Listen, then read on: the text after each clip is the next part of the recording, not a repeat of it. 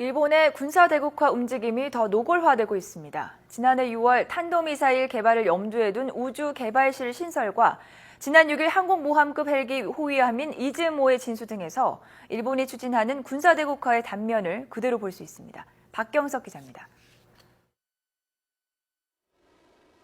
지난해 4월 북한의 위성 로켓 발사 실험을 가장한 탄도미사일 발사 실험 당시 일본은 금방이라도 북한의 탄도미사일이 열도에 떨어질 것처럼 부산을 떨었지만 속으론 회제를 불렀습니다.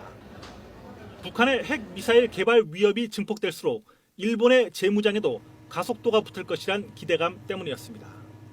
센카쿠에 대한 중국의 끊임없는 위협도 일본엔 해병대 신설과 무인 정찰기 도입 등 군비 확충의 기회가 되고 있습니다. この内閣の下では国民の生命財産と領土、領海、領空を断固として守り抜いていくことをここに宣言いたします。 지난해 6월 일본 정부는 우주 정책을 내각부에 신설한 우주 전략실로 일원화시키고 평화 목적을 삭제한 우주 기본법을 제정하는 등 우주 군사화 의도도 분명히 했습니다. 이와 관련해 오는 27일로 예정된 일본의 신형 로켓 엡실론의 발사도 주목받고 있습니다. 엡실론은 3단 고체 연료 로켓으로 1.2톤짜리 소형 위성을 지구 궤도에 올려놓는 데 사용될 예정입니다.